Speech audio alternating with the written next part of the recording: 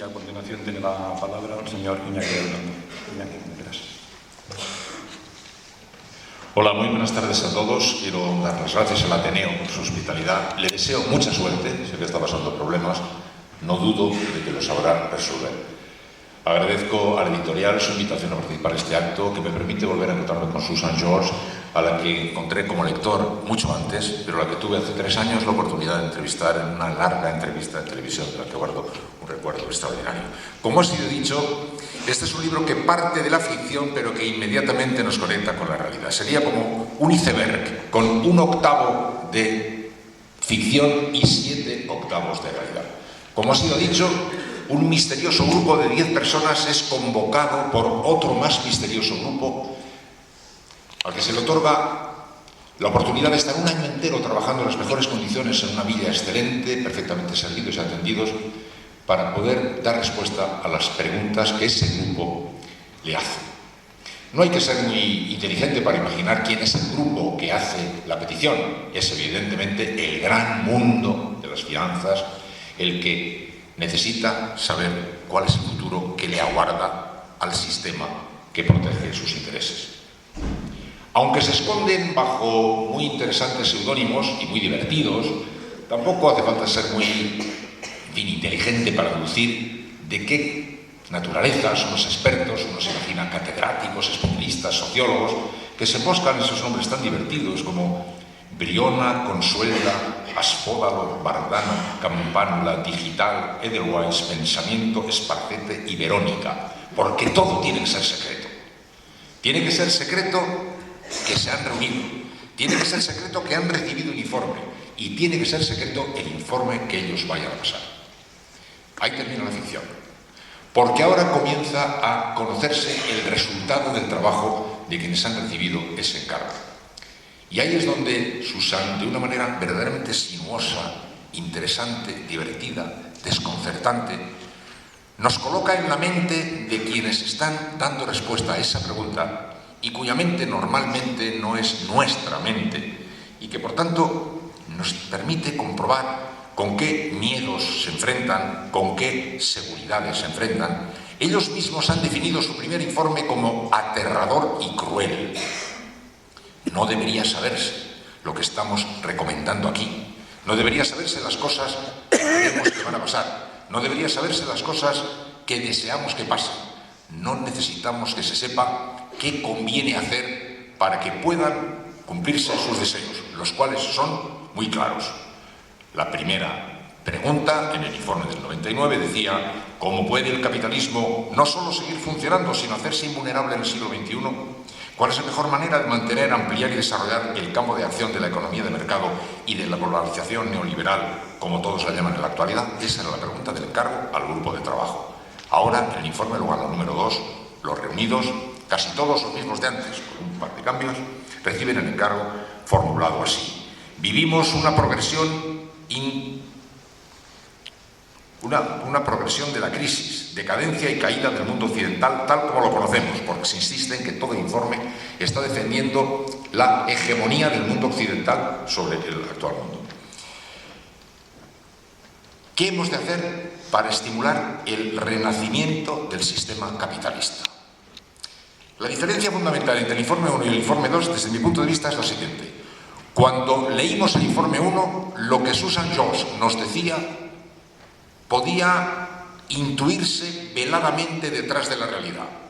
La gente que estaba más en la vanguardia de las peleas sociales, de las peleas, percibía con más claridad que las cosas estaban siendo así. Pero estaba todo un poco más emboscado. Podríamos decir que el informe Lugano 1 podía ser aceptado parcialmente, podía hacer dudar. El informe Lugano número 2 no es decente rechazarlo, porque desde el informe Lugano 1 al informe Lugano 2 han pasado muchas cosas, sobre todo que se ha caído el velo tras el cual se escondían los intereses que todavía en 1999 trataban de disimular. Ahora han sido exhibidos impúdicamente, sin ningún tipo de disimulo, y desde la caída de Lehman Brothers en el año 2008 ya no es decente dudar de lo que está pasando, ya no es decente ignorar lo que está pasando, ya es absolutamente obvio todo lo que está pasando, y por eso este informe Lugano II no es como el 1, una serie de interpretaciones sobre lo que convendría hacer o sobre lo que cabía sospechar que iba a pasar, sino es la demostración de lo que estamos viendo con nuestros propios ojos que está pasando.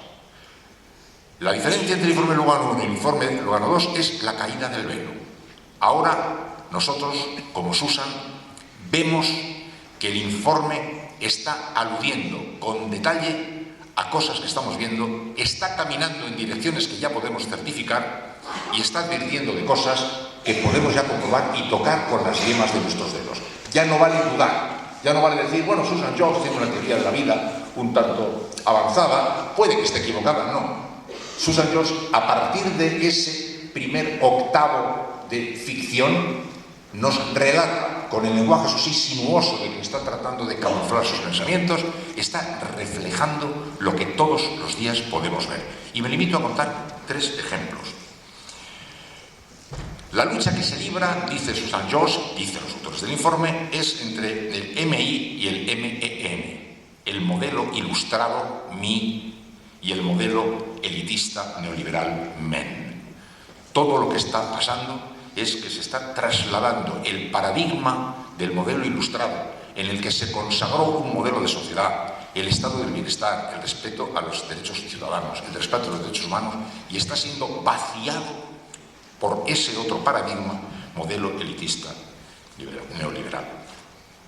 Las grandes empresas y conglomerados multinacionales que dominan prácticamente todo el tinglado se están apoderando del control de la situación. Los grandes organismos que van mandando cada vez más gobiernan sin democracia. Lo vemos ya. Esa ya no es una advertencia intuitiva de alguien con especial habilidad. Ya estamos viendo cómo se van vaciando. Es casi un lugar común que hasta el más distraído sabe ya que las democracias están siendo completamente dominadas por poderes no democráticos que están por encima de las democracias. Se ha convertido casi en un lugar común. Ya no es un asunto a discutir, es obvio, lo vemos con nuestros propios ojos. Es obvio también la uniformización de la política, las diferencias entre las ideologías políticas que representaban los distintos partidos políticos en los juegos de las alternancias de las democracias están yendo aproximándose tal y tal y tal y tal que ya tiene cada vez más sentido aquello que recoge el libro que dijo el número 2 de Tony Blair cuando en el año 2002, no inventes, donde decían ahora todos somos thatcheristas. Sí, ese viaje está uniformando la política y lo estamos viendo también. Estamos viendo como el llamado golpe de Estado secreto, sigiloso y súbito está casi produciéndose delante de nuestros ojos. Y no hace falta imaginar mucho para recordar ese día de agosto del año 2011, donde a toda velocidad, reunidas las fuerzas políticas a un ritmo verdaderamente inaudito, modifica la Constitución, esa que es tan difícil de tocar, a la que nos acercamos como si fuera fuego, y de pronto somos capaces de modificarla a toda velocidad para convertir en sacramento el principio de la estabilidad. No el principio de cualquier otro valor. Imagínense que se hubieran reunido a todas las fuerzas políticas para decretar que el paro no podía pasar del 6%, por ejemplo. Bueno, pero se reúnen para eso. Es necesario imaginar algo. Si estamos viendo ya cómo se están produciendo las cosas que ella advierte. Y también, para concluir, porque nos hemos reunido aquí sobre todo para escuchar a Susan, para darle las gracias y para leer el libro, quería concluir también con lo que ha dicho Ricardo, que finalmente esta especie de vaciemos la democracia es el consejo que dan los consultados a los que les hacen la pregunta. Si quieren ustedes que el capitalismo tal, tienen ustedes que ir vaciando la democracia. Bueno, me imagino que hay que estar muy distraído para no darse cuenta cómo se está vaciando todos los días la democracia delante de nuestras narices, cómo se están perdiendo derechos conquistados, cómo nuestros representantes políticos son incapaces de haber sido superados por poderes que tienen lógicas por encima de sus cabezas. No necesitamos mucho ya para ver eso. Y también quería subrayar, porque a mí también me parece muy notable, que Susan George, o sea, los autores del informe, dicen de todo este paisaje que nos conduce a ese deseable vaciado de la democracia para que el modelo ilustrado vaya derivando hacia el modelo elitista económico neoliberal, hay una pequeña complicación. Estamos eliminando prácticamente todas. Ya nos estamos cargando el sindicalismo, las posiciones que defendían tradicionalmente viejos derechos están siendo demolidas con bastante éxito. Casi todo va muy bien. Aparece un inesperado lío, el auge de los movimientos sociales.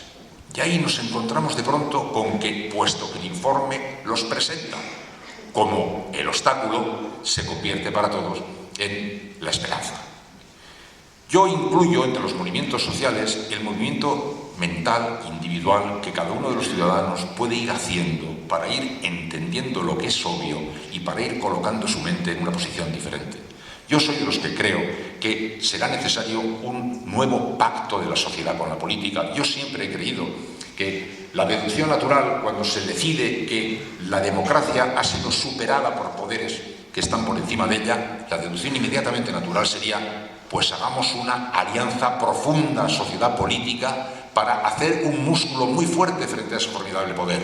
Se terminará dibujando por ahí la salida. No sé cómo se construirá esa esperanza, desde luego por caminos alternativos a los que ahora conocemos. Pero que el informe notifique que los movimientos sociales son un dolor de cabeza y el único verdadero problema que se opone ahora a la marcha triunfal del paradigma Mi en su viaje al paradigma Men, nos da una pista muy notable sobre por dónde deberían ir nuestras cosas.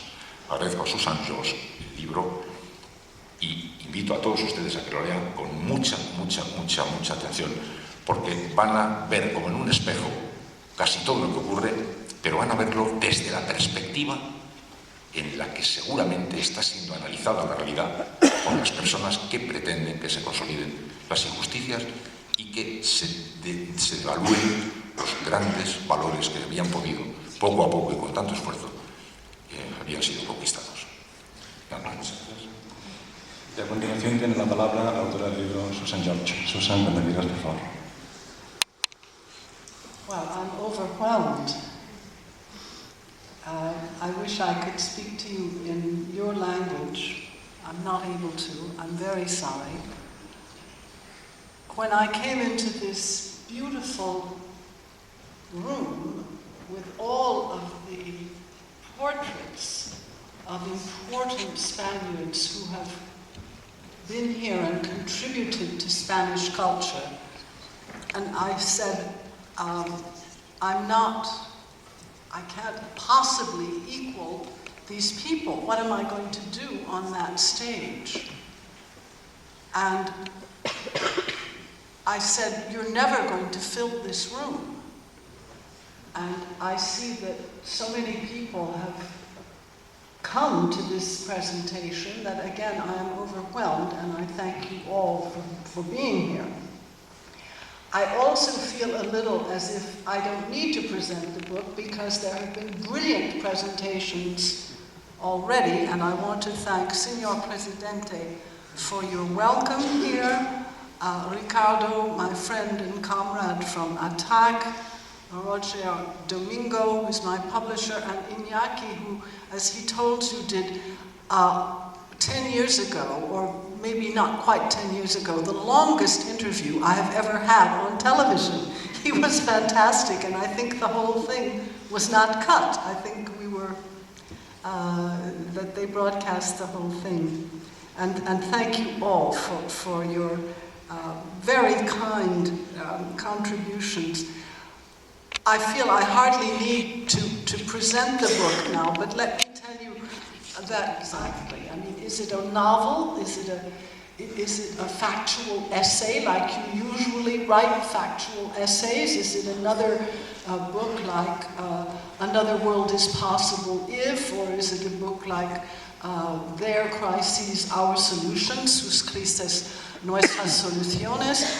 And I say, well, it's both. It's like a genetically modified book, because it's a factual fiction. Everything that you read that is quoted, all the figures, all the quotes, come from reliable sources. I did my research as carefully for this book, if not more so, than for all of the others. But it's also a fiction, because I invented the scenario of the group de solicitantes in Spanish, the group of commissioners, the solicitantes who have already, a decade earlier, called on a working group to answer a question which is of prime importance to them, to the solicitantes, because they can see perfectly well that their policies are creating huge opposition, that they are not at all sure that they can go through many more years without more crises, but they don't really have time. These people who are the solicitantes, they are members of what I call the Davos class. They are very rich, they're very powerful, and they are very busy. And they don't have time to take in the big picture. So they call on a group, a working group, of scholars from different disciplines. And this is the second time that the scholars have met, and they are back in their very beautiful, comfortable villa above the Lake Lugano in Switzerland. And they are asked to answer the question which Iñaki already read to you: what are we going to do to make capitalism not just continue in the 21st century, but how can we make it absolutely indiscussable? That is the system, and it's the only system possible. How can we make it invulnerable, in other words? And the working group provides the answer to that question. But the book is, people say also, well, why did you do it that way? I did it that way partly because I think it allowed me to go further with the answer to that question from the point of view of those who want to keep the present system intact, those who want this system to continue forever, but who are worried. And I tried to get into their minds. I tried to understand, what are these people thinking? Because it's very hard for progressive people, and I would include all of you in this category. If you've come this evening, it shows that you are not just interested in ideas, but that you are interested in a particular sort of progressive idea. And it's very hard for us sometimes to take in the kind of mentality that we are dealing with on the other side. And in English, this book, which will be published by my own institute, that's a first for both of us, is called How to Win the Class War. Because that is really what it's about. It's about class warfare, and you don't have to be a Marxist to believe in class warfare. I quote Warren Buffett in the book, who is the third richest person in the world. And Warren Buffett said, and I quote, "There's class warfare, all right, but it's my class, the rich class, that is waging this war, and we are winning." And I think he is right so far. But what I was trying to do in the book is show the mentality of those who are winning the war for the moment, and by inference, what progressive people must do if they want to fight back, which I think is absolutely essential, because we are losing, if we are losing this war, that means that we are losing most of the democratic gains that we have made since the Enlightenment, the Ilustrado, is that the right word? The Ilustrado, and that it will be very hard to gain back the human rights and the democratic rights that so many people have fought for and died for, including many of the people whose pictures you see here. And we can't afford to lose this wonderful gift from the past, and it is up to us to make it better and more perfect. So that is basically what I tried to do. I tried to get into a different mentality, and from that point of view, it was a very exhausting book to write, because what these people are saying is not what I believe personally, but that was not my task to say what I believe. It was my job, it was my duty to say what I think the others believe if they are articulating their response to the question. The second question I am often asked is, well, I haven't read Lugano I. I haven't read the original Lugano report, which was published in 2001. Do I have to read that first before I can read Lugano II? No, you don't. You can plunge right into this, and I go back to some of the conclusions of the first Lugano report to say, where were we right? We, the working group, because it's me, the whole working group, all these scholars. That's very pretentious, I know. Very pretentious to say I am a demographer, an economist, a political scientist, etc., etc. I'm not, I'm just a political scientist. But what I'm asking is when you read it, you will find the conclusions of the first Lugano report in the beginning. And you will find that, on the whole, it was pretty accurate. It foresaw the main problems of today, and most of the things that it warned about have come true. And the third question that I am asked is, well, but do you believe in conspiracies? Because some people interpret this as a report on a real conspiracy. The answer is no.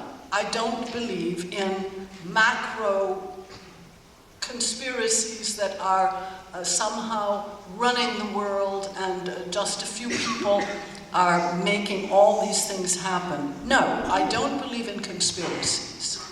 But I believe in something else. I believe in interests. I believe that the force of shared interests can move mountains, particularly when these people are not very numerous and they believe the same things and they want the same things. And therefore they are going to act in concert, and they are really a new kind of social class, which again I call the Davos class, because this is a new phenomenon in history. Before, we didn't have international classes. We had classes in societies in Spain, in France, in England, in the United States, and so on. But we did not have an international ruling class, if you like, in Marxist terms. And today we do. Today we have people who share not just money and power, but they share many other attributes of a social class. They go to the same meetings. Davos is one of them. They educate their children in the same schools or the same sorts of schools. They have the same places where they go skiing, where they go for the summer, and so on. They have 4 or 5 houses, and they have all the attributes of a ruling class, but they are not the same nationality, and they all speak English. I'm sorry to say that is now the vehicular language of the Davos class. But they're not in a conspiracy, and the other thing I believe in is in not just interests, but ideology. And these people have been masters of an ideology which can manipulate enormous numbers of citizens.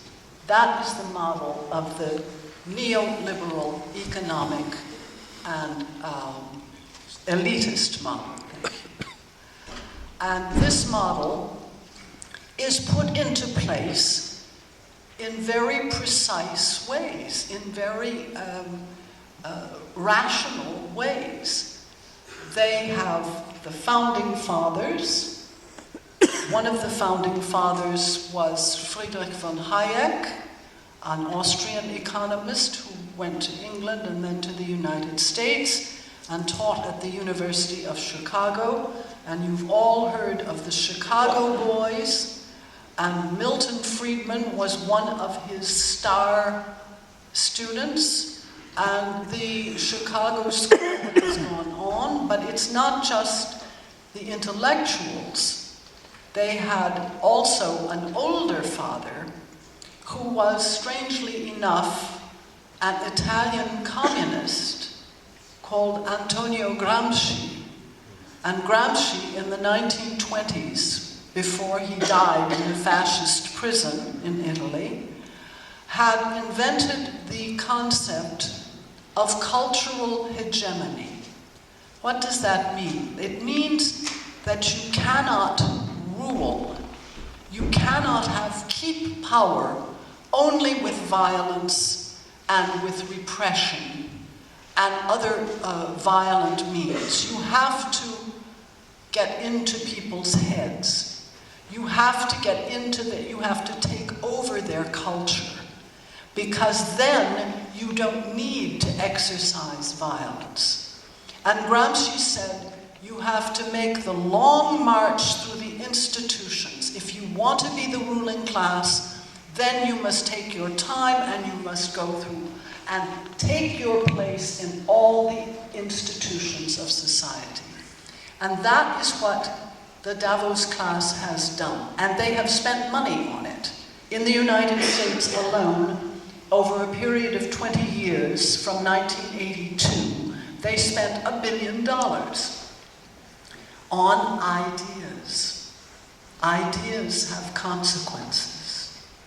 Ideas have effects on society. It's not just something floating around up there. Ideas are what turn the world, and these people understood that, and I call them the right-wing Gramscians, because they've understood it, and unfortunately progressives have not. And the right-wing Gramscians went after the media, they went into the universities, they trained their people not just in economics or in other academic disciplines, but they trained them in rhetoric, in communications, and they primed them to be on television.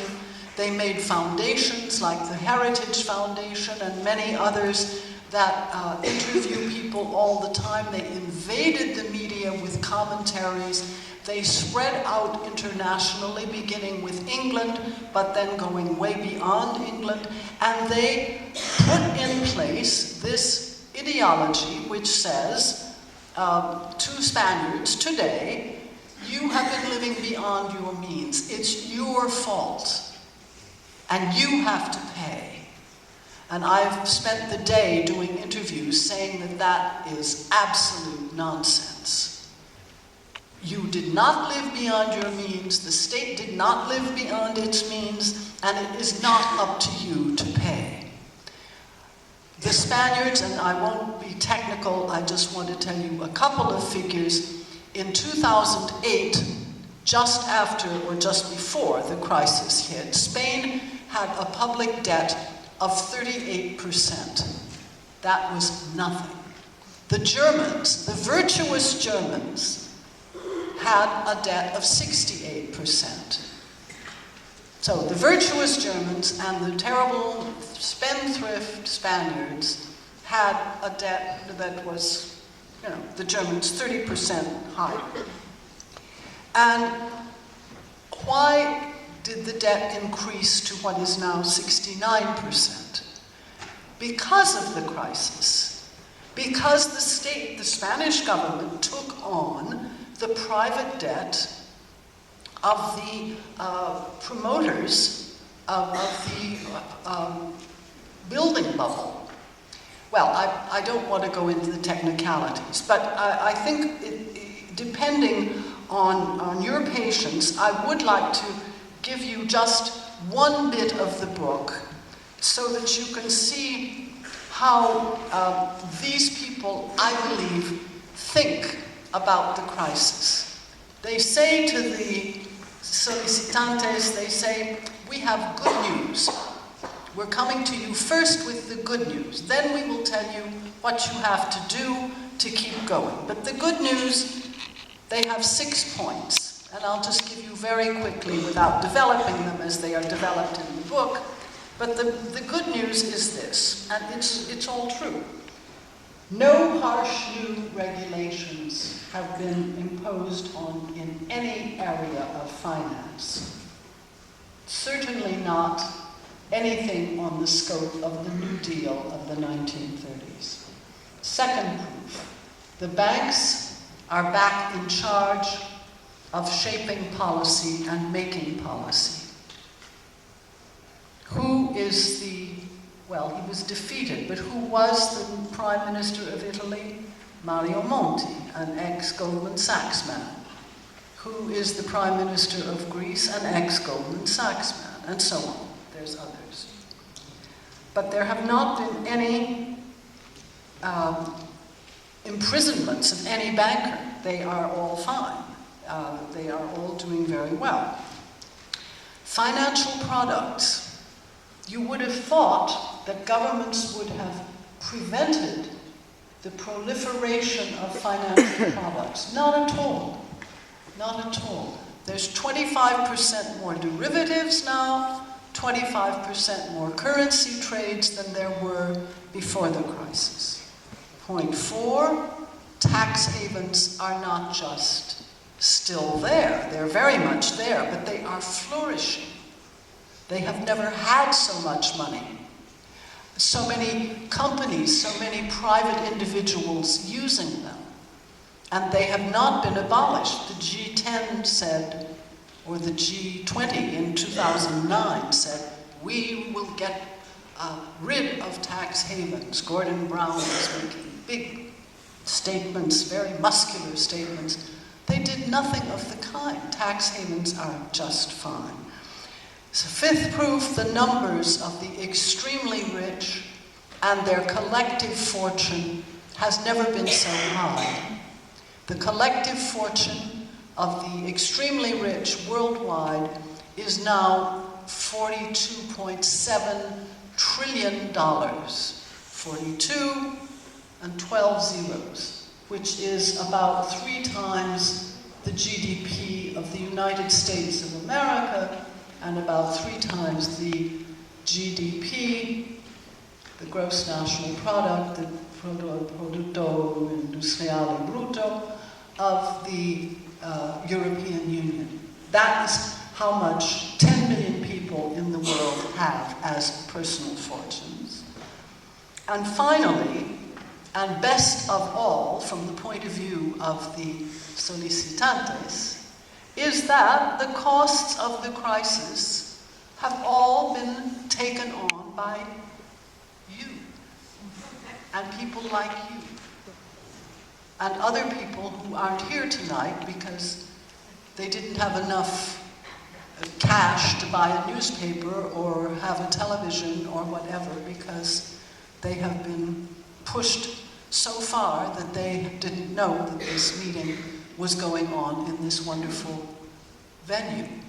So those are just a few of the things that I try to do in the book. And I would say in conclusion that there are 2 ways you can look at the crisis and at the austerity measures that have been put in place. One way is the way that some very good economists, Joseph Stiglitz, Paul Krugman, both of them winners of the Nobel Prize in Economics, they have said, both of them, that these Europeans are committing suicide.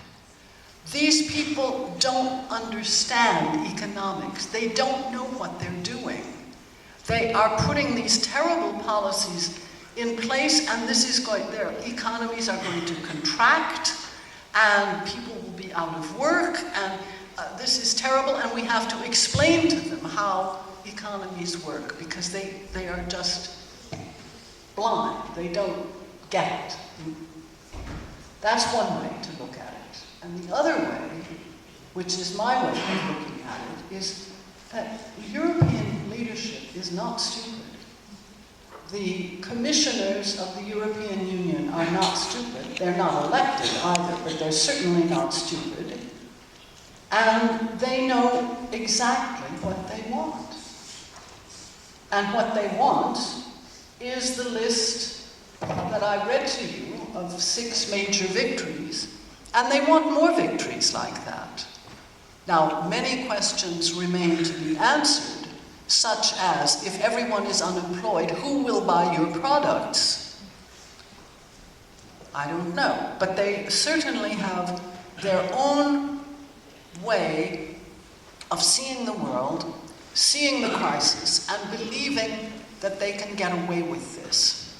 So I would simply like to say, in ending, that I hope that those of you who want to read this book will come away from it with a sense of having understood perhaps something new that you didn't fully understand before, but particularly that you will be moved to action.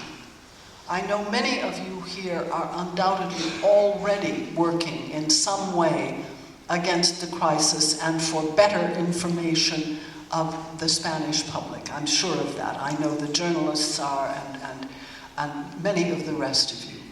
But that is what I hope to provoke. I hope to provoke understanding and action. I'm very grateful to you all. Thank you for listening.